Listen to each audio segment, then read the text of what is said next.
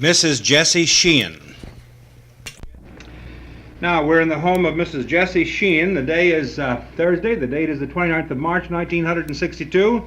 Time is 2 o'clock in the afternoon, and the address is 308 Granada in West Palm Beach. Is that right? That's right. Ms. Sheen, you were not born in West Palm Beach, were you? No, I came here after I was married. Mm-hmm. How old were you when you came here? I was 19. Almost. You wouldn't be after telling me how old you are now, would you? I wouldn't mind at all. I was 85 in January. Oh, that's wonderful. Just wonderful. Well, at 19, you have, this must have been a pretty exciting place to come to. Oh my, yes. Such changes. I've seen so many changes. What was it like when you first got here? What do you remember most about it? Well, the most I remember about it, the streets were just paved, just a few streets were shelled in town. Mr. Sheen was a civil engineer, and he laid out those streets in the main part of town. He made them too small, too narrow. If he'd known what the future was, of course, they'd have been much wider than they are now. But I enjoyed the ocean, seeing the ocean. Of course, we had no way to get across the lake, only on a rowboat, and I didn't like that. Oh? I didn't mind the rowboat especially, but the wind was so strong, and I don't know, but I liked the place. I liked all about it. Did you later have a sailboat? No, we didn't. No, we later had a rowboat. We lived on the lake later and had a rowboat after the boys got old enough to have a rowboat.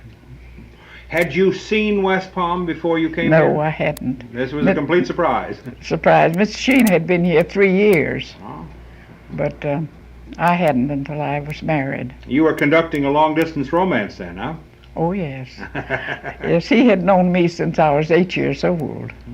And when I was 16, he decided that he wanted to marry me, but of course he had to wait a while. It took him 3 years for you to let him catch you, huh? That's right. What was the first church here that you went to? The first church I went to was a Methodist church.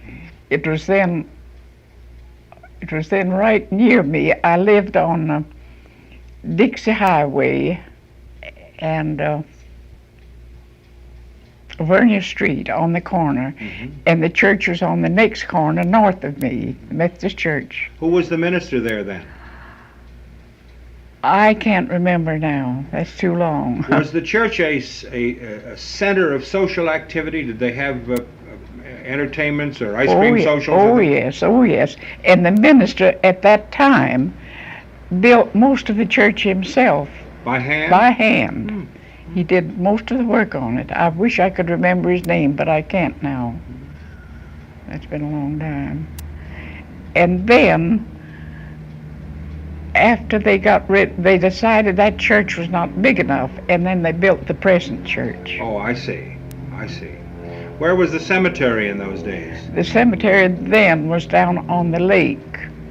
No, it was right where the Norton Gallery is now. Oh, I see. And well, how did they conduct a funeral? That was on the lakefront. Did they? It was on the lakefront, but I don't know. But we had one baby buried there, which was moved to the other cemetery. I see. Well, all the bodies were exhumed from that cemetery when it was moved? Most all that there were a few that wouldn't, but most were. And Mr. Sheen surveyed and laid out the new cemetery, the present cemetery. Flagler gave that cemetery. Where did your children go to school? Well, they went to high school here. There was a high school there? Yes. Most of them. Some of them the younger ones went to private school. And then they went away, of course. They went to military school and to college. One son went to Virginia State College. The other one went to Gainesville. When you got here, was there any difference between living in Orlando and living here outside of the scenery? No, not to me. Not to me. It was all Florida.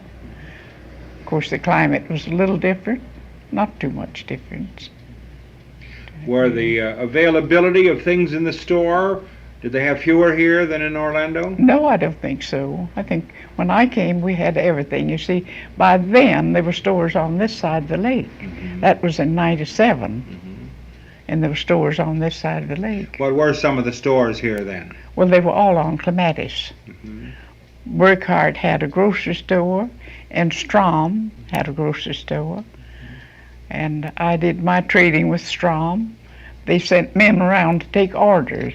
Oh, Oh, yes. in what, carriages or Oh, no, bicycles. bicycles?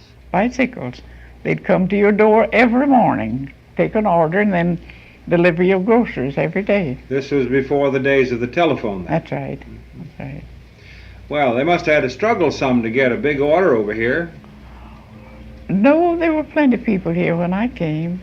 No, I mean, on the bicycle, it must have been a problem to Bicycle. bring the groceries. Well, it was a problem, but they managed some way.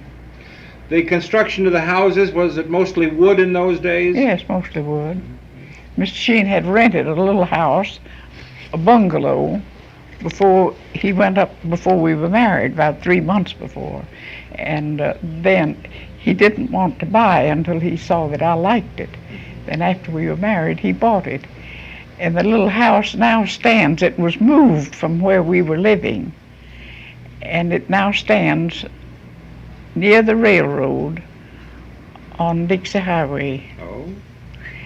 And he later, we had a frontage of 200 feet, and he later built one house and then moved another one in when Wilman Wilden was our mayor. He built a number of homes here, and then they were all sold off. He sold all the homes, and they were moved from the lots where they were. So Mr. Sheen bought one of those homes, and we lived in that after our family got larger for a while, and then we decided we wanted to move further out, so we moved out on the lake and lived there. We had 12 acres out there. Oh, Lived out there. It was the Clow, called the Clow plantation, Windella. where is that located now? About where? That's just beyond, where the Catholic school is? Yes. All out there. Well, that's, after Mr. Sheen's death, I sold it to the Catholic. Oh, I see. That was your property. Yes. Where all those coconut trees are on the lake is where the home was. Did you have any problems in providing clothing for the children? Did you have to make it yourself? I had to make it, yes. I had to make all the children's clothing. Well, occasionally Mr. Sheen would take a trip somewhere, maybe we both would, and where we could, like, if we went to New York or Chicago, then we could get ready-made things, you see, for the children, which we did. But, I like to sew. Otherwise, you had to do it yourself. Yes, Huh? oh yes. What kind of a sewing machine do you use? Singer. Singer? Foot treadle? Still have it. Oh, really? It's in my home in the mountains. A foot treadle, huh? I love it better than I do any of the electric machines. You do, huh? Yes. Yes, Still I use it, much do you, like that. sometimes? Oh, yes, I use it this summer. I go up there every summer, use it. What did you do to fight mosquitoes? Well, everything anyone would tell us. We'd burn something, some kind of powder, and we'd spray and just anything to get rid of them. Didn't work very well, huh? Well, you got tired of doing it, of smelling that smoke and all that. Were there other bugs, other insects besides the mosquitoes? No, none of that. Termites weren't heard of in those days, huh? No, but now they are, which is bad. With all this wooden construction in town, was there fire protection? Oh, yes. Oh, yes. What kind of a fire department they have? Well, they had very good, I suppose, very good equipment as far as I know. Didn't have much in the way of fires. No. What kind of a stove did you Yet use? Mr. Sheen's building was burned a year before we married. uh, on Olive and Clematis. He had a building, his real estate office, and he slept upstairs, had a room over it, and that was burned. And as I understand it, as I remember it, some tailor turned over a kerosene lamp and caught fire and burned. Like Mrs. O'Leary's cow in Chicago, huh? That's right. What do you remember most and best about those early days? Well, I was so busy with my children, having a baby every 2 years, I didn't have much time to bother with anything else. But of course I enjoyed church when I could go, and we had a number of just little social parties like that I thoroughly enjoyed. And but keeping up with the children and their parties and their school and everything kept me pretty busy. What would you do at these parties? What was the form of entertainment? We'd play little games, little simple games and like that, and have ice cream and cake. Ice cream socials, huh? Yeah. How did the women dress? What kind of clothes did they wear? Well, they wore long skirts and just plain dresses. And I hadn't worn long skirts until I was married. I was small for my age, and I don't know, but that was very awkward when I came here wearing long skirts and the wind whipping so. And I had never done my hair up on my head until I was married. Oh. See, I wasn't quite 19. I was 19 in January after I married, a month after I married. And I had trouble with my hair and my long skirts, the wind. Weren't any hairdressers handy in those days? No. And the men, what kind of clothes did they wear? Oh, they wore practically like they do now, practically the same. They don't wear sports shirts or knickers or anything like that. They just wore plain clothes. Did they wear hard collars? Yeah. Was this in the days of celluloid collars and cuffs? No, I don't. No. After that was after celluloid. Well, those were great days, though, weren't they? Great days. But that was after celluloid and bustles and all those things. After sailor hats, too? Oh, yes, they wore sailor hats. The ribbon around. Women. Mm-hmm. And the hairpin, the long hair. Oh, yes. And hat pins. Yes. Hat pins. Yes. Mm-hmm. Hard to get in and out of cars with that kind of an outfit, wasn't it? You didn't have cars. Oh, didn't have any cars at all, huh? Oh, no. There were no cars here until,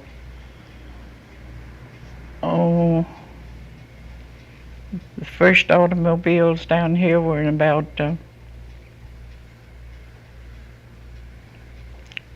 1906 or 8. I can't remember which one. There weren't many then. The first we had was in 1909, I think. Was the first one we had. Quite an event in the family to get a car in those days, huh? Oh yes.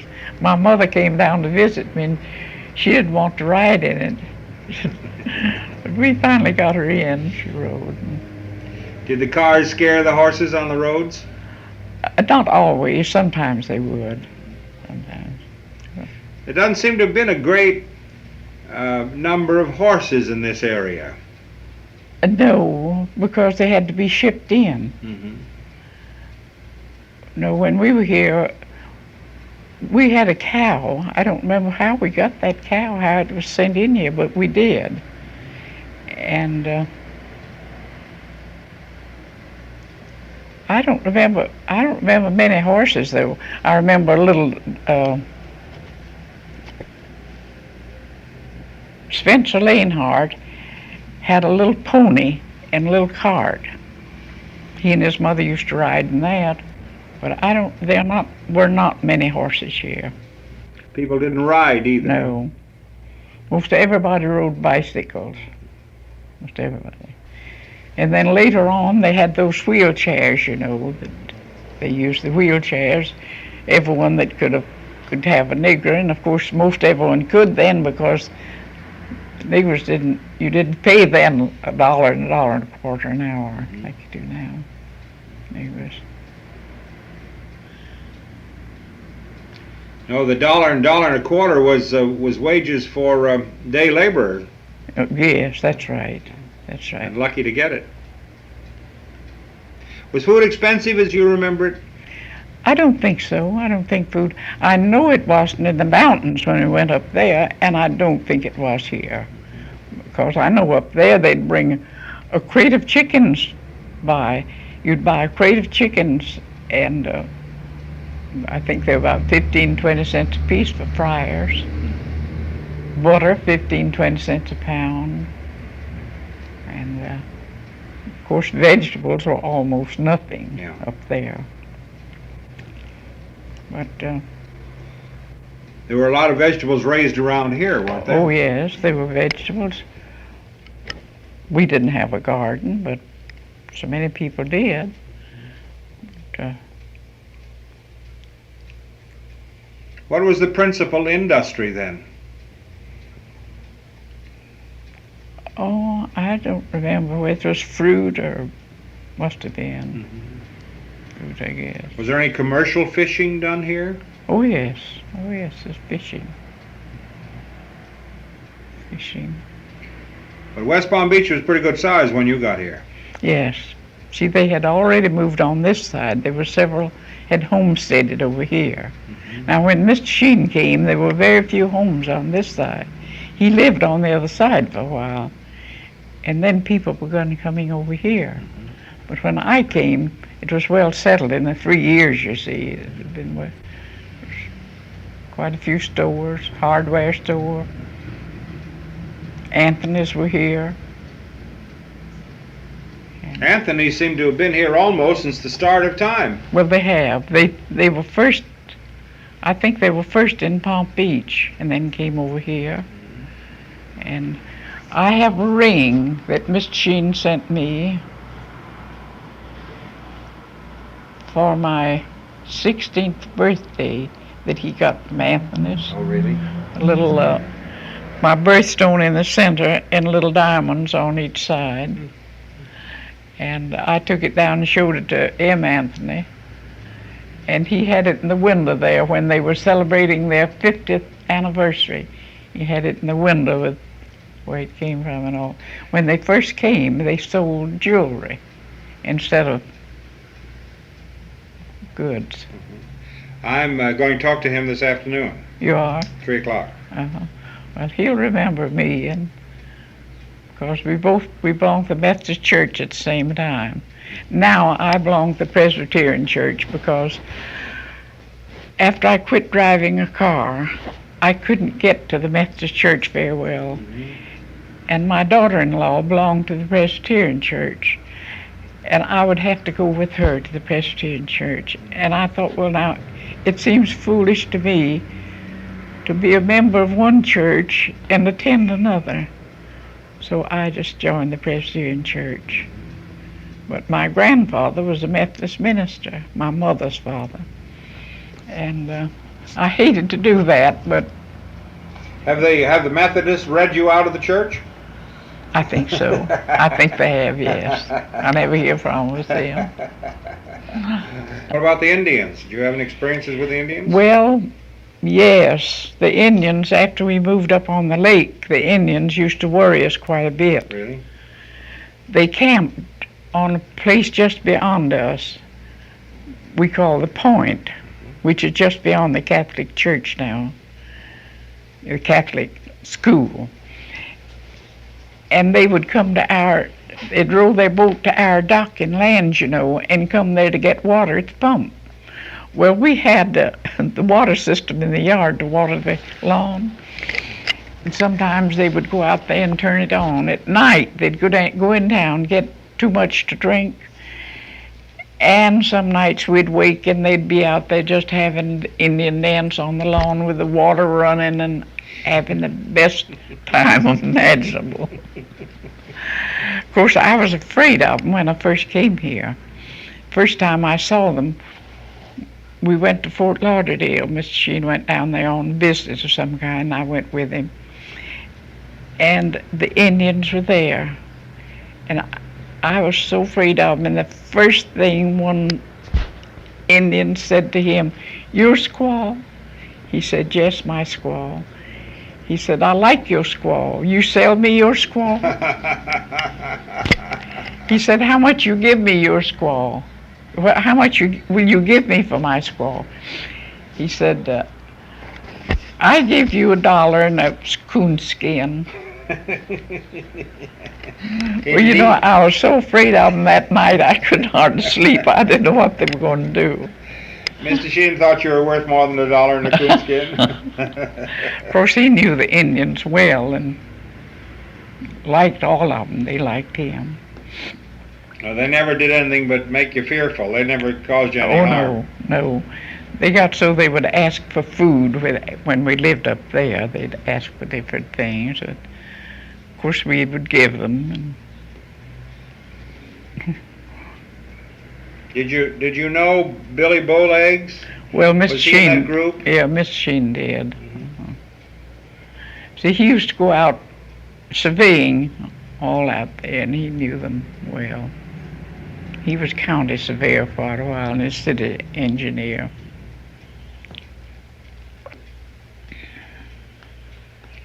Well, I'm very grateful to you for talking to me. You've given me some very good material. Well, I'm just sorry sorry I haven't any more that I can give you. But well, I really don't. Normally, I might press you a little more, but I know your voice is bothering you. That's right. And I just don't want to oppose anymore, and I'm grateful to you for giving me as much time as you have. I'm sure you're perfectly welcome. I'm just sorry, as I say, but this changeable weather, Yes. the wind and all, it's got me hoarse. Okay, thank you.